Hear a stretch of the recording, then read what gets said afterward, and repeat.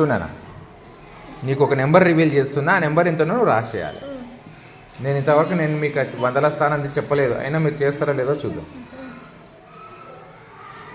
మీరు నెంబర్ నేను రివీల్ చేస్తుంటే మీ మనసులో అది ఏమై ఉంటుందో కౌంట్ చేసుకొని పెట్టుకోండి. వెంబడే తప్పు మాత్రం చెప్పొద్దు.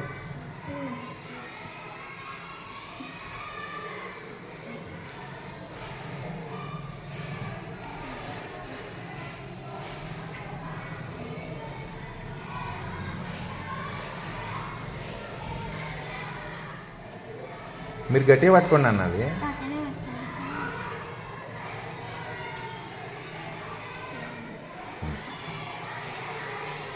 చెప్పండి ఈ నెంబర్ ఎంతనో. 22. వందల స్థానం కూడా ఓపెన్ చేసిన నేను.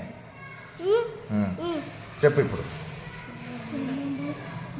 200. Very good. తొందర పడద్దు అందుకే. ఇప్పుడు నెంబర్ రాయి, 222 అని చెప్పినావు కదా నువ్వు. 222 రాయి ఇక్కడ. రాయి 222. Very good.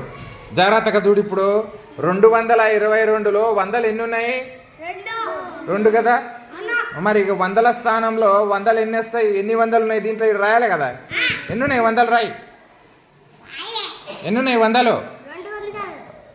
వందలు ఎన్ని? ఇటు ఎంత వేసినావు నెంబరు? 2 అని చెప్పాలి. పదులు ఎన్ని ఉన్నాయి? లెక్క పెట్టు. 2 పదులు. ఇగో పదులు ఎన్ని ఉన్నాయంటే ఇడేయాలి. ఎన్ని పదులు ఉన్నాయో ఇడేయాలి. ఎయ్. గుడ్. ఒకట్లు ఎన్ని ఉన్నాయి? లెక్క పెట్టాలి. ఏళ్ళు పెట్టి లెక్క పెట్టు. ఒకట్ల స్థానంలో ఒకట్లు ఎన్ని ఉన్నాయో ఇడేయాలి. అర్థమైందా? 222లో దాని అర్థము చూడు.